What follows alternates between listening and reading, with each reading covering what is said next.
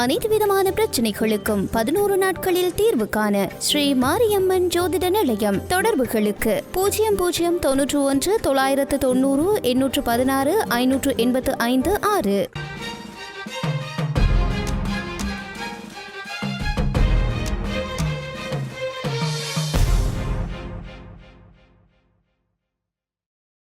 வணக்கம். இது இந்த வாரம் இடம்பெற்ற முக்கிய விடயங்களின் தொகுப்பு. உலக தமிழர் இயக்கத்துடன் தமிழில் விடுதலை புலிகளையும் பயங்கரவாத அமைப்புகளாக தக்க வைத்துக் கொள்ளும் கனடா அரசின் முடிவை இலங்கை அரசாங்கம் வரவேற்றுள்ளது. அண்மைய மதுப்பாய்வின்படி விடுதலை புலிகளின் வலையமைப்பு சர்வதேச நிதி சேகரிப்பு மற்றும் முதல் கொள்வனவுகளை கொண்டிருப்பதாக கனடா கூறியுள்ளது.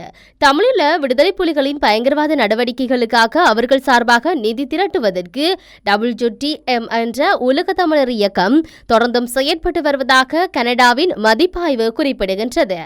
இந்த நிலையில் கடுமையான மீளாய்வு செயல்முறையை தொடர்ந்து எடுக்கப்பட்ட இந்த முடிவு குறித்த அமைப்புகளால் தொடர்ந்தும் அச்சுறுத்தல் தொடர்வதை உறுதிப்படுத்துகின்றது என்று இலங்கை வெளியுறவு அமைச்சகம் தெரிவித்துள்ளது. 2006 ஆண்டு ஏப்ரல் மாதம் 6ஆம் தேதி குற்றவியல் சட்டத்தின் கீழ் விடுதலை புலிகளை பயங்கரவாத அமைப்பாக கனடா அரசாங்கம் முதன்முறையில் பட்டியலிட்டது. அத்துடன் 5 ஆண்டுகளுக்கு ஒருமுறை மறுபரிசீலனை செய்வது சட்டபூர்வமான தேவையாக மேற்கொள்ளப்படுகின்றது. இதன்படி அண்மைய மதிப்பாய்வு செயல்முறை 2024 ஜூனில் நிறைவடைந்துள்ளதாக இலங்கை அமைச்சகம் குறிப்பிட்டுள்ளது.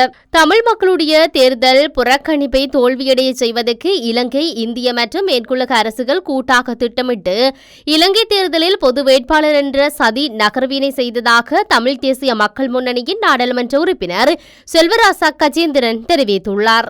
என்னை பொறுத்தவரையிலே இந்த பொது வேட்பாளர் என்பது ஒரு திட்டமிட்ட நாடகம். அந்த பொது வேட்பாளரை முன்னிறுத்திய சிவில் அமைப்புகளை சார்ந்தவர்களும் கட்சிகளை சார்ந்தவர்களும் கடந்த 15 வருடங்களாக ஒற்றியாட்சிக்குள் 13ஆம் திருத்தச் சட்டத்தை தீர்வாக திணிப்பதற்கு மேற்கொள்ளப்பட்ட முயற்சிகளுக்கு முழுமையாக உறுதுணையாக செயல்பட்டவர்கள். குறிப்பாக விக்னேஸ்வரன் ஐயா, செல்வம் அடைக்கல்நாதன், சித்தார்த்தன் போன்றவர்கள் இந்தியாவினுடைய கைக்கூலிகள். அவர்கள் 13ஆம் திருத்தச் சட்டத்தை தீர்வாக வலியுறுத்தி இந்திய பிரதமர் மோடிக்கு கடந்த காலத்திலே கடிதங்களை எழுதியிருக்கிறார்கள். இந்த ஆய்வாளர்கள், விரிவுரையாளர்கள் என்று சொல்லுகின்றவர்கள் இந்த தரப்புகளுடைய இந்த 13ஆம் திருத்தச் சட்டத்தை வலியுறுத்திய தரப்புகளுக்கு சேதாரம் ஏற்படாமல் அவர்கள் மக்கள் மத்தியில் இருந்து அந்நியப்படுத்தப்பட்டு விடாமல் அவர்களை பேணி பாதுகாக்கின்ற, மக்களை தொடர்ந்தும் அவர்களோடு வைத்துக் கொள்ளுகின்ற வகையிலான கருத்துருவாக்கங்களை கடந்த காலங்களிலே தீவிரமாக செய்து கொண்டு வந்தவர்கள் 13ஆம் திருத்தச் சட்டத்திற்கு பின்னால் செல்லுகின்றவர்களை நிராகரித்து சுயநிர்ணய உரிமை அடிப்படையிலான சமஸ்தி என்ற நிலைப்பாட்டோடு பயணிக்கிற கஜேந்திரகுமார் பொன்னம்பலத்திற்கு பின்னால் தமிழ் மக்கள் திரண்டு விடாமல் அந்த மக்களை ஒரு இடைநிலையில் வைத்துக்கொண்டு மீண்டும் 13ஆம் திருத்தச் சட்டத்தை வலியுறுத்துகின்ற தரப்புகளுக்கு பின்னால் மக்களை திரட்டி கொடுக்கின்ற செயல்பாடுகளை செய்தவர்கள் தான் இந்த ஆய்வாளர்களும் இந்த சிவில் அமைப்புகள் என்று சொல்லுகின்றவர்களுடைய பணியாகவும் கடந்த காலத்திலே இருந்திருக்கிறது. இந்த ஜனாதிபதி பொது வேட்பாளர் என்ற ஒருவரை நிறுத்திவிட்டு நேற்றைய தினம் ரணில் விக்ரமசிங்கவை சென்று சந்தித்திருக்கிறார்கள். இதிலே செல்வம் அடைக்கல்நாதனாக இருக்கலாம், சித்தார்த்தனாக இருக்கலாம், அல்லது இவர்களுக்கு விசேடமான நிதி ஒதுக்கீடுகள் கொடுக்கப்பட்டிருக்கிறது. செல்வம் அடைக்கல்நாதன் வன்னி பிரதேசத்து எம்பியாக இருக்கிற பொழுது அவருக்கு யாழ்ப்பாண மாவட்டத்திற்கு விசேட நிதி ஒதுக்கீடு கொடுக்கப்பட்டிருக்கிறது. அதிலே எதிர்வரும் செப்டம்பர் மாதம் 21ஆம் தேதி காலை 7 மணி முதல் மாலை 4 மணி வரையான காலப்பகுதிக்குள் ஜனாதிபதி தேர்தல் இடம்பெறும் என தேர்தல் ஆணையகம் அறிவித்துள்ளது. ஜனாதிபதி தேர்தலில் போட்டியிடும் வேட்பாளர்கள் தங்களது வேட்புமனுக்களை தாக்கல் செய்திருந்த நிலையில் 39 பேரின் வேட்புமனுக்களும் ஏற்றுக்கொள்ளப்பட்டுள்ளன. இந்த நிலையில் ஜனாதிபதி தேர்தலுக்கு கட்டுப்பணம் செலுத்தியவர்கள் மற்றும் வேட்புமனு தாக்கல் செய்தவர்கள் தொடர்பில் தேர்தல் ஆணைக்குழு விசேட ஊடக அறிவித்தல் ஒன்றை வெளியிட்டுள்ளது. இலங்கை ஜனநாயக சோசியலிச குடியரசின் ஜனாதிபதியை தேர்ந்தெடுப்பதற்கான வாக்கெடுப்பு பதவியில் உள்ள ஜனாதிபதியின் பதவிக்காலம் நிறைவடைவதற்கு 1 மாதத்துக்கு முன்னரும் குறைந்தது 2 மாதங்களுக்கு மேற்படாததுமான ஒரு காலப்பகுதியில் நடைபெறுத்தல் வேண்டுமென அரசியலமைப்பின் 31வது உறுப்புரிமையில் குறிப்பிடப்பட்டுள்ளதாலும் அரசியலமைப்பின் 104வது உறுப்புரையுடன் சேர்ந்து வாசிக்கப்பட வேண்டிய 1981ஆம் ஆண்டின் 15ஆம் இலக்க ஜனாதிபதி தேர்தல்கள் சட்டத்தின் 2ஆம் பிரிவால் தேர்தல் ஆணைக்குழுவுக்கு உரித்தாக்கப்பட்ட தத்துவங்களின் பயனை கொண்டு 2394 கீழ் 51ஆம் இலக்கம் கொண்ட 2024 ஜூலை மாதம் 26ஆம் நாள் ஆகிய வெள்ளிக்கிழமை பிரசுரிக்கப்பட்ட அரசாங்க அதிவிசேட வர்த்தமானி மூலம் 2024 ஆகஸ்ட் மாதம் 15ஆம் தேதியை ஜனாதிபதி தேர்ந்தெடுப்பதற்கான வேட்பாளர்களாக உயர் பெயர் குறித்து நியமிக்கும் நாளாக பிரகடனம் செய்யப்பட்டது. ஆகஸ்ட் மாதம் 24ஆம் ஆண்டு 14ஆம் தேதி மதியம் 12 மணி வரை வைப்பு பணம் ஏற்றுக்கொள்ளப்பட்டதுடன் அந்த காலப்பகுதிக்குள் அங்கீகரிக்கப்பட்ட அரசியல் கட்சிகளால் முன்மொழியப்பட்ட 22 வேட்பாளர்களும் வேறு அரசியல் கட்சிகள் சார்பாக முன்மொழியப்பட்ட ஒரு வேட்பாளரும் தேர்வுநர்களினால் முன்மொழியப்படும் 17 வேட்பாளர்களும் என்ற அடிப்படையில் 40 வேட்பாளர்கள் சார்பாக வைப்பு பணம் ஏற்றுக்கொள்ளப்பட்டமை குறிப்பிடத்தக்கது. ஸ்ரீலங்கா ஜனாதிபதி தேர்தலில் தமிழ் பொது வேட்பாளர் என்ற கருத்தியலுக்கு நான் கடந்த மார்ச் மாதம் 23ஆம் தேதியே உடன்படவில்லை என தமிழரசுக் கட்சியின் முக்கியஸ்தரும் வடக்கு மாகாண அவைத் தலைவருமான CVK சிவஞானம் தெரிவித்துள்ளார். ஜனாதிபதி தேர்தல் சம்பந்தமான விடயம் என்னுடைய நிலைப்பாட்டை தெளிவுபடுத்துவதற்காக ஏற்கனவே நான் கடந்த மார்ச் மாதம் 23ஆம் தேதியே நான் பொது வேட்பாளர் என்ற கருத்தியல் உடன்படவில்லை, அது சாத்தியமற்றது அல்லது விஷப்பெயர்ச்சியாக முடியும், வேட்பாளர் தெரிவிலேயே சிக்கல் வரும் என்றெல்லாம் சொல்லியிருந்தேன். அதையான் இன்னும் நிலைப்பாடு. இப்போ ஒரு வேட்பாளர் தெரிவு செய்யப்பட்டிருக்கிறார். அதுவும் தமிழரசு கட்சியை பொறுத்தவரையில் மிக முக்கியமானவர்கள் தாங்கள் எல்லாரும் சேர்ந்து தமிழரசு கட்சி வரையில் நாங்கள் எல்லாம் சேர்ந்து மக்களை உசுப்பேற்றி தமிழரசு கட்சியை வழிக்கு கொண்டு வருவோம் என்று சொன்னவர். அவைகளுக்கு நான் உடனே ரிப்ளை பண்ணேன்,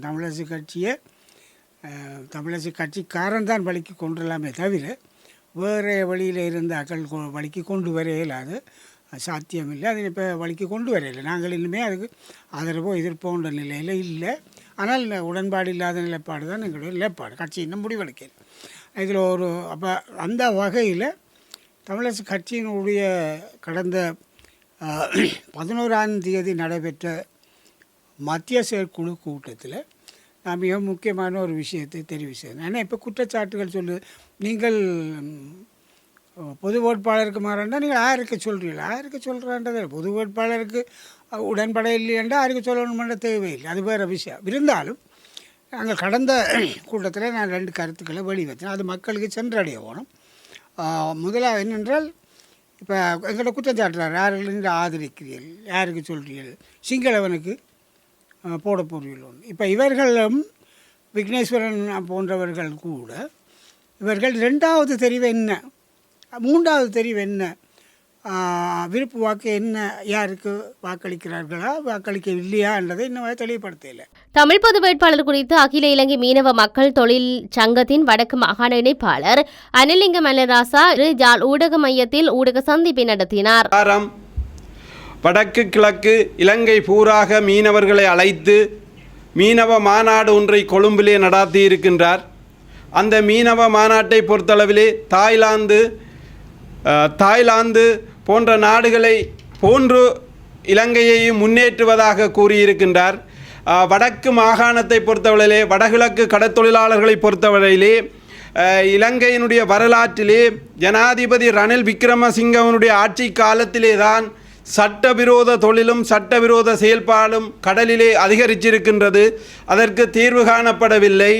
பாராளுமன்றத்திலே 2017ஆம் ஆண்டு 11ஆம் இலக்க கடற்தொழில் சட்டத்தை ஜனாதிபதி அவர்கள் பிரதமராக இருக்கும்போது கொண்டு வந்து நிறைவேற்றியிருந்தார். இன்று வரையும் அந்த சட்டத்தை நடைமுறைப்படுத்தவில்லை. அந்த சட்டத்தில் திருத்தம் கொண்டு வருவதற்காக 2023ஆம் ஆண்டு 1ஆம் மாதம் 9ஆம் தேதி அமைச்சரவையிலே ஒரு பத்திரம் தாக்கல் செய்யப்பட்டு அந்த பத்திரத்தை ஜனாதிபதி அவர்களாலே நிராகரிக்கப்பட்டிருக்கின்றது. சட்டவிரோதமான தொழிலும் அல்லது சட்டம் உருவாக்கப்பட்டது சரியெனவோ அந்த சட்டத்தை நடைமுறைப்படுத்த வேண்டும் என்றும், ஆனால் ஆவண ரீதியாக சரியாக செயல்பட்டு கொண்டு வெளிப்படையாக மக்களை பாதிக்கும் ஒரு செயல்பாட்டை இலங்கையினுடைய ஜனாதிபதி ரணில் விக்ரமசிங்க தொடர்ந்து செய்வதோடு வடகிழக்கு கடற்தொழிலாளர்களை ஏமாற்றி அவர்களை கடலையும் விட்டு கடற்தொழிலையும் விட்டு அந்நியப்படுத்துகிற ஒரு செயல்பாட்டை இந்த ஜனாதிபதி தொடர்ந்து செய்து வருகின்றார். அவர் இந்த வருட முற்பகுதியிலே யாழ் மாவட்டத்திற்கு பல தடவை விஜயம் மேற்கொண்டிருக்கின்றார். கிட்டத்தட்ட 3க்கும் மேற்பட்ட தடவை மேற்கொண்டிருக்கின்றார் விஜயம். திருகோணமலையில் திருக்கோணேஸ்வரத்தின் விவகாரத்தில் அப்பட்டமான விடயங்களை கூறி நிர்வாகத்தை கலைத்து இடைக்கால நிர்வாகம் ஊடாக தங்களும் இணைந்து செயற்படுவதற்கு கிழக்கு மாகாண ஆளுநர் முயற்சிப்பதை உடனிறுத்த வேண்டும் என தமிழ் தேசிய மக்கள் முன்னணியின் நாடாளுமன்ற உறுப்பினர் செல்வராஜ் சக்காஜேந்திரன் தெரிவித்துள்ளார். சைவ தமிழர்களுடைய ஒரு வரலாற்று தொன்மைமிக்க ஒரு அடையாளம், தமிழர்களுடைய பெருமையை பறைசாற்றுகின்ற ஒரு பல ஆயிரம் ஆண்டுகள் பழமையான வரலாற்றை தமிழர்களுக்குரியதாக்குகின்ற ஒரு அடையாளமாக திருக்கோணேஸ்வரர் ஆலயம் அமைந்திருக்கின்றது. அந்த திருக்கோணேஸ்வரர் ஆலயத்தை முழுமையாக கையகப்படுத்தி அதை ஒரு சிங்கள பௌத்த அடையாளமாக மாற்ற வேண்டும் என்பதற்காக பேரினவாதிகள் கங்கணம் கட்டி செயல்பட்டு கொண்டிருக்கின்றார்கள். அதற்கு எதிராக திருக்கோணேஸ்வரர் ஆலயத்தினுடைய ஆலய பரிபாலன சபையினரும் அந்த பிரதேசத்து மக்களும் அதற்கு எதிராக கடுமையாக போராடி கொண்டிருக்கிறார்கள். கடுமையான உயிர் அச்சுறுத்தல்கள், நெருக்கடிகளுக்கு மத்தியிலே அவர்கள் அந்த ஆலயத்தினுடைய அடையாளத்தையும் இருப்பையும் அதை தமிழர்களுடைய சொத்தாக பேணி பாதுகாக்க வேண்டும் என்பதற்காகவும் அர்ப்பணிப்போடு செயல்பட்டு கொண்டிருக்கின்றார்கள். இவ்வாறான ஒரு நிலைமையிலே அந்த ஆலய நிர்வாகத்திற்கு சபைக்குள் குழப்பங்களை ஏற்படுத்தி ஆலய நிர்வாக சபை மீது சேறு பூசி அந்த ஆலய நிர்வாக சபையை அகற்றிவிட்டு ஒரு இடைக்கால நிர்வாக சபையை ஏற்படுத்துவதற்கான சதி நடவடிக்கைகள் தீவிரமாக முன்னெடுக்கப்பட்டு கொண்டிருக்கின்றது. அந்த வகையிலே அண்மை காலமாக அந்த ஆலய நிர்வாகத்திலே பெரும் ஊழல்கள் நடைபெற்றிருப்பதாகவும் திருட்டு சம்பவங்கள் நடைபெற்றிருப்பதாகவும் பூதாகரப்படுத்தப்பட்ட கதைகள் பரப்பப்பட்டு சமூகத்திலே அந்த ஆலய நிர்வாகத்துக்கு எதிரான அதிருப்திகள் பொதுமக்கள் மத்தியிலே அந்த ஆலயத்தோடு சம்பந்தப்பட்ட பக்தர்கள் மட்டுமில்லாமல் திருவண்ணாமலையை சேர்ந்தவர்கள் மட்டுமில்லாமல் உலகம் பூராகவும் வடகிழக்கு பூராகவும் வாழக்கூடிய மக்கள், அந்த சைவ தமிழ் மக்கள் மத்தியிலே ஒரு பெரும் ஒரு விரக்தியை ஏற்படுத்துகின்ற விதமான பரப்புரைகள் மிக தீவிரமாக முன்னெடுக்கப்படுகின்றன.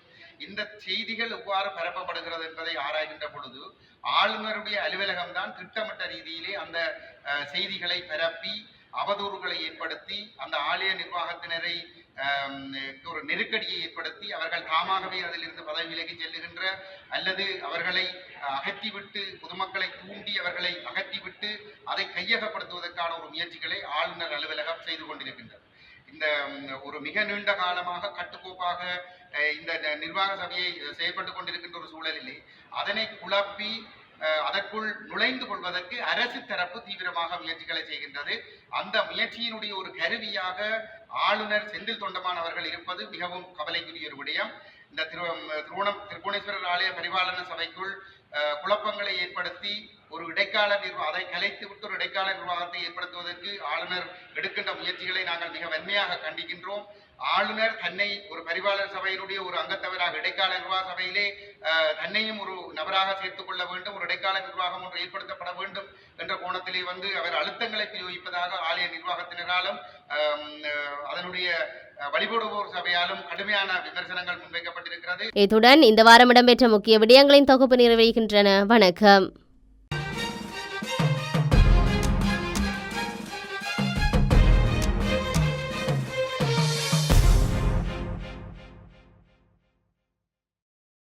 அனைத்து விதமான பிரச்சனைகளுக்கும் 11 நாட்களில் தீர்வு காண ஸ்ரீ மாரியம்மன் ஜோதிட நிலையம். தொடர்புகளுக்கு 0091 990 816 585 6.